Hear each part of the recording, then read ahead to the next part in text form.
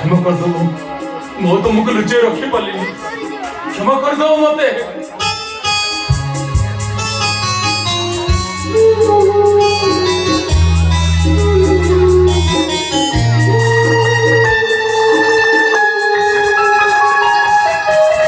मेरी मक्खी कोई कंदी कोई कहाँ पाई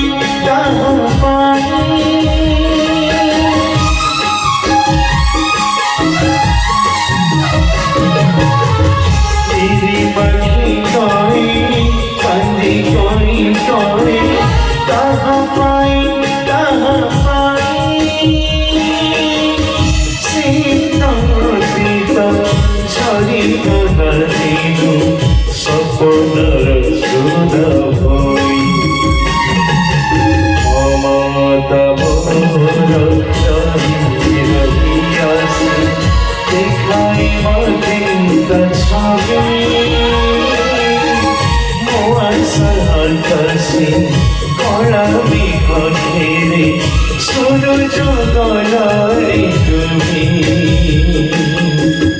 सूरज गलाई इंद्रधनुर सौतरंग समुद्र जाई मो आशा कसी कलामी कठेरे सूरज गलाई तुमी सूरज गलाई डूबी शास्ति देलो भाई छेड़े पागा शास्ति नो दान करिवार परम आनंद निज लिवर किछि अंश देई मते भलो करथिल शेष राखी परि अमूल्य रत्न को अन्य जने परको दान करी काहे को अंधार को आवरी बसिलो ए पागला दान कला बेले कोन पर आपन देखा जाए का परिस्थिति केमिति कहा कितना आवश्यक ताछड़ा मु तो आखि दान करिनी किछटा परिवर्तन करिछि एसो करिया पे परख भाबरे तू कोन दायी नो कि भाई तू जदि मद पी निजको नष्ट कर देई नथा ताले मु कोन मो लिभर खंडे काटी तते देई खाती भाई तू जदि जमीवारी बिक्री न करी ओ भलो करिथा तू मते घरु बाहर कर देई नथा तू आज मोर कोन एमिति अवस्था हेई था भाई तथापि मो अभियोग करिनी कि भविष्य केबे भी अभियोग करिनी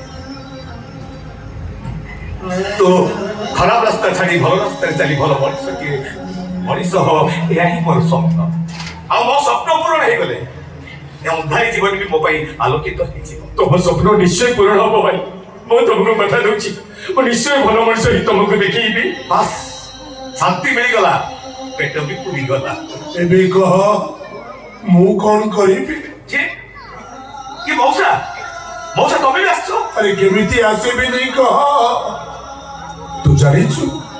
तू जानिछु राछो तो परी मोहन तू भी जानिछि मौसा नितु मो परी गोटे किडनी दान करी महापुण्य अर्जन करिछि अरे बहु कण बंची रहिथिले तमरी मानक ये अवस्था देखी बापा कहरे रे आछो अरे तू कह आओ बापा तमे छुई के किछि कोनी आगो कहले मते बहुत कष्ट लागुछि नितु आमे दिजर दुनिया में शरीर किछि अंश अन्य को देई आमे खुशी पाउछु सेति भाई तमाने समस्त काय के मन दुख करूछ ସମସ୍ତଙ୍କର ସବୁ ଦୁଃଖର କାରଣ ହଉଛି ମୁଁ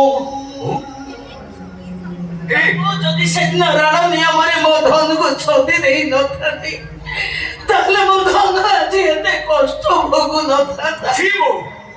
ତୋ କଷ୍ଟ ଠାରୁ ମୋ କଷ୍ଟ ଅଧିକ। ମୁଁ ଜାଣେ ପରିସ୍ଥିତିରେ ପଡି ମତେ ଗର୍ଭରେ ଧରି ଜନ୍ମ ଦେଇ ଆଜି ଯାଏ ଯେ ନିନ୍ଦା ଅପବାଦକୁ ମୁଣ୍ଡରେ ମୁଣ୍ଡି ବଞ୍ଚିଛି ସେ କଷ୍ଟ କଣ ମୋ କଷ୍ଟ ଠାରୁ ଅଧିକ ନୁହଁ? ନାଇଁ ରେ ଧନ, ସେମିତି କହନି। କେମିତି କହିବିନି ଲୋ? ତ ସେ କଳଙ୍କିତ ଗର୍ବ ପାଇଁ ମୁଁ ଆଜି ଗୋଟେ କଳଙ୍କିତ ପୁରୁଷ। ନା ଅଛି ମୋ ଜନ୍ମ ପରିଚୟ, ନା ଅଛି ମୋ ବଂଶ ପରିଚୟ। ବୋଲ ମୋ ଜନ୍ମଦାତାକୁ ଅନ୍ଧାର ଭିତରେ ରଖି ମତେ ସୃଷ୍ଟି କରି ଆଜି ଏତେ ବଡ କରିଛୁ। ଅବଶିଷ୍ଟ ଜୀବନ ସେ ଅନ୍ଧାର ଭିତରେ କଟିଗଲେ କ୍ଷତି କଣ? ଲାଭ କ୍ଷତିର ହିସାବ ବ୍ୟବସାୟୀ ମାନେ କରିଥାନ୍ତି, କିନ୍ତୁ ସଂସାରୀ ମାନେ ସଂସାର ଭିତରେ ରହି ଲାଭ କ୍ଷତିର ବିଚାର କରନ୍ତିନି ରାଜୁ। କିଏ ପରିସ୍ଥିତିରେ ପଡି ଭୁଲ କରେ, କିଏ ଭୁଲ କାର୍ଯ୍ୟ କରି ପରିସ୍ଥିତି ସୃଷ୍ଟି କରେ। କି ବଡ ବାବୁ ଆପଣ ଆସିଛନ୍ତି? ଆରେ କେମିତି ଆସିବିନି? ତୁ କହ, ତୁ ଲୁଚି ଲୁଚି ଏତେ ସବୁ କାମ କରିବୁ, ମୁଁ ଜାଣିପାରିବିନି କେମିତି? ବଡ ଭାଇ କିଏ? ଛୁଆମା? କିନ୍ତୁ ଛୁଆମା ତମେ ମତେ ରାଜୁ ଭାଇ ଡାକି ବଡ ଭାଇ ବୋଲି କଣ ଡାକିଲ? ସେ କଥା ବାବା କହିବେ, ହେଲେ ତମେ ମତେ କୁହ, ମତେ ଦୁଇଟି ଆଖି ଦାନ କରି କାହିଁକି ନିଜକୁ ଅନ୍ଧ କରିଦେଲ? ଋଣମୁକ୍ତ ହବା ପାଇଁ ଅସମୟରେ ବଡ ବାବୁ ମତେ ଲକ୍ଷେ ଟଙ୍କା ସାହାଯ୍ୟ କରିଥିଲେ, ଯୋଉଥିରେ କି ମୋ ବୋଉର ଅପରେସନ ଭଲରେ କରିଥିଲେ। ସେଥିପାଇଁ ମୁଁ କଣ ବଡ ବାବୁଙ୍କ ପାଖରେ ଋଣୀ ନଥିଲି? ମୋ ପାଖରେ ତ ଅର୍ଥ ନଥିଲା, ଋଣମୁକ୍ତ କେମିତି ହେଇଥାନ୍ତି? ତେଣୁ ପ୍ରତିବଦଳ ମାଧ୍ୟମରେ ମୁଁ କିଛି ତା ପରିବର୍ତ୍ତନ କରିବାକୁ ଚାହୁଁ। ଏଥିପାଇଁ ଅବଶ୍ୟ ସମସ୍ତଙ୍କ ପାଖରେ ମୁଁ ଅପରାଧୀ ନିଶ୍ଚୟ।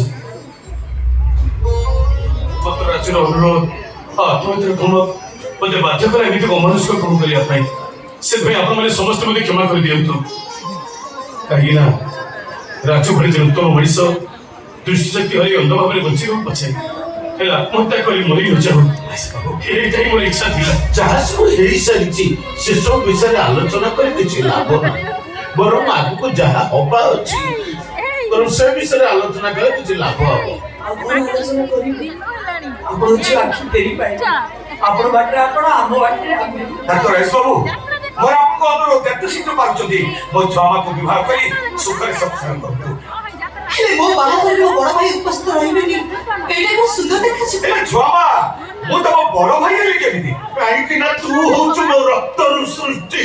ବଡ ବାବୁ ତୋର କଳଙ୍କିତ ପରିଚୟ ପାଇଁ ମୁଁ ଦାୟୀ। ବଡ ବାବୁ ଏଇ କଥାଟା ସମସ୍ତଙ୍କ ସାମ୍ନାରେ ସ୍ୱୀକାର କରିବାକୁ ମୁଁ ଟିକେ ବି ଲଜ୍ଜା ବୋଧ କରୁନି। ବୋଉ କହୁନ ବଡ ବାବୁ ଏମିତି କଣ କହୁଛନ୍ତି? ହରି ଧନ, ଚୌଧୁରୀ ବାବୁ ଯାହା କହୁଛନ୍ତି ସତ କହୁଛନ୍ତି।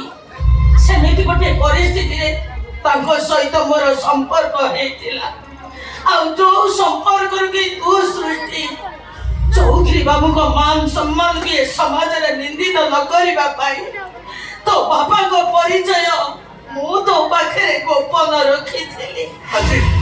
ଆଜି ସବୁ କିଛି ପରିଷ୍କାର ହେଇଗଲା ପରେ ଏବେ ରାଜୁ ମୋ ପରିଚୟ ନେଇ ଏ ସମାଜରେ ପରିଚିତ ହବ।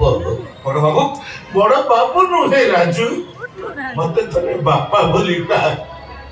ବର୍ଷ ବର୍ଷ ଧରି ଛାତି ଭିତରେ କୁହୁଳୁଥିବା ନିଆଁ ତୋର ସେ ବାପ ଡାକରେ ଶାନ୍ତ ପଡିଯାଉ। ଡାକ ରାଜୁ, ମତେ ଥରେ ବାପା ବୋଲି ଡାକ। କ୍ଷମା କରିବେ ବଡ ବାବୁ, ମୁଁ ଆପଣଙ୍କୁ ବାପା ବୋଲି ଡାକିବି। ଆରେ କାହିଁକି ମନା କରୁଛୁ ରାଜୁ? କାହିଁକି ନା ଆପଣଙ୍କୁ ବାପା ବୋଲି ଡାକିଲେ ବାପ ଶବ୍ଦର ଅମର୍ଯ୍ୟାଦା ହବ। ଆପଣଙ୍କ ରକ୍ତର ସୃଷ୍ଟି ମତେ ମୋ ପରିଚୟ ମିଳିଗଲା, ବାସ୍ ଆମର କିଛି ଆବଶ୍ୟକ ନାହିଁ। ହେଲେ ବଡ ବାବୁ ମୁଁ ଯଦି ଆପଣଙ୍କୁ ବାପା ବୋଲି ଡାକିବି, ଯୋଉ ମଣିଷଟା ସବୁ ନିନ୍ଦା ଅପବାଦକୁ ମୁଣ୍ଡରେ ମୁଣ୍ଡେଇ ମତେ ଛୋଟରୁ ବଡ କରି ଆଣିଥିଲେ ତାକୁ ମୁଁ କଣ ଡାକିବି? କିନ୍ତୁ ତୋ ସହିତ ମୋର ରକ୍ତର ସମ୍ପର୍କ ଅଛି ରାଜୁ। ଯୋଉଥିପାଇଁ ସେଦିନ ଷ୍ଟେସନର ପ୍ରଥମ ଦେଖାରେ ଆମେ ଉଭୟ ସେ କମ୍ପନକୁ ଅନୁଭବ କରିଥିଲେ। ତଥାପି ମୁଁ ଆପଣଙ୍କୁ ବାପା ବୋଲି ଡାକି ପାରିବିନି, କାହିଁକି ନା ବାପା ଏକ ସମ୍ବୋଧନ ନୁହଁ ବଡ ବାବୁ, ବାପା ଏକ ସମ୍ବେଦନ।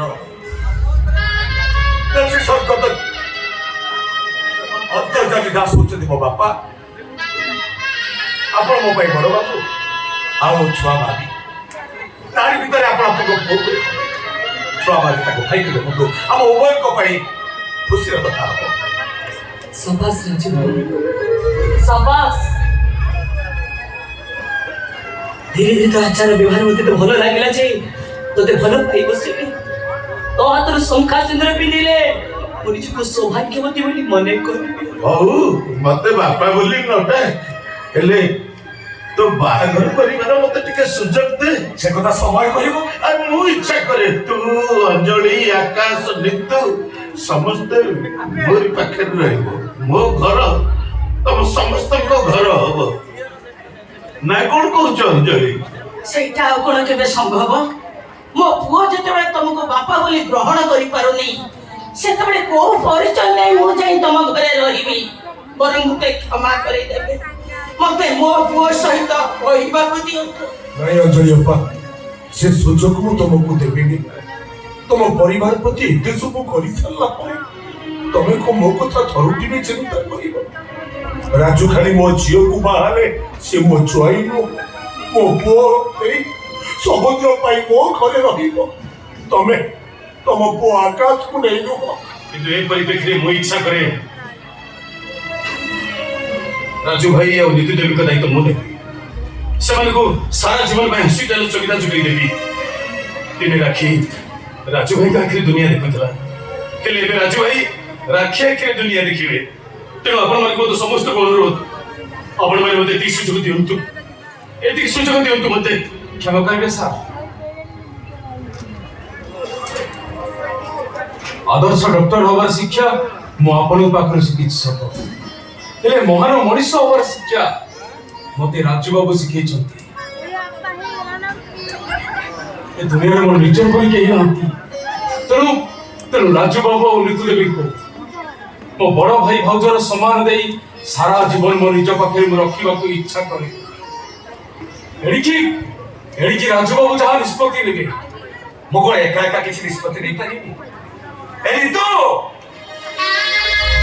ରିତୁରେ, ମୋ ପାଖକୁ ଆସିଲୁ। ଏ ରିତୁ, ଘର ଛାଡ଼ି ଆସିଲା ବେଳେ ତୋତେ କଥା ଦେଇ ଆସିଥିଲି, ମୁଁ ମୋ ନିଜ ପାଇଁ ଠିକଣା କରିସାରିଲା ପରେ ଆମେ ଗଢ଼ିବା ଛୋଟ ଘର, ଛୋଟିଆ ସଂସାର କରିବା ତ ଭାଗ୍ୟରେ ଆମର ନାହିଁ। ତେଣୁ ଅବଶିଷ୍ଟ ଜୀବନ ମୋ ହାତ ଧରି ମୋ ଠିକଣାକୁ ଠିକଣା କରି ମୋ ସାଙ୍ଗରେ ବାଟ ଚାଲିବୁ ତ? ରାଜୁ ଭାଇ, ତୁ ଏତେ ବହୁତ ସ୍ୱାର୍ଥପର ହେଇଗଲୁଣି ନାଇଁ? ତା ନହେଲେ ତ ନିତୁ କାହିଁକି ଅବାନ୍ତର ପ୍ରଶ୍ନ ଏଠି ତୁ କରୁଛୁ? ବରଂ କୋଉ ଠିକଣାରେ ଆମେ ଦି ଜଣ ଯିବା ସେ କଥାଟା ତୁ ମତେ କହ। ତୋ ହାତ ଧରିକି ମୁଁ ଚାଲିଯିବି। ବାସ୍, ନିଷ୍ପତ୍ତି ମିଳିଗଲା। ହେ ମୋ ଆତ୍ମୀୟ ସ୍ୱଜନ, ମୁଁ ସମସ୍ତଙ୍କୁ ହାତ ଧରି ଅନୁରୋଧ କରୁଛି, ଏ ରାଜୁକୁଲି ଉପରେ ଲୋଭ ନ ଲଗି ନିଜ ନିଜ ଘରକୁ ଫେରି ଯାଆନ୍ତୁ। ଅବଶିଷ୍ଟ ଜୀବନ ଡକ୍ଟର ଦୀପକଙ୍କ ଘରକୁ ଠିକଣା କରି ନିତୁ ଆଉ ମୁଁ ଏ ଅନ୍ଧାରୀ ଜୀବନରୁ ଶେଷ ଜୀବନକୁ ଚାଲିଛି। ଏତିକି ଏ ରାଜୁକୁଲିର ସମସ୍ତଙ୍କ ପାଖରେ ମାଗୁ। ଭୁଲ କଲେ ରାଜୁ ବାବୁ, ତମେ ରାଜୁକୁଲି ନୁହେଁ। ଆଜିଠାରୁ ତମ ପରିଚୟ ହେଲା ରାଜଧାନୀ ପୁଅ ରାଜକୁମାର।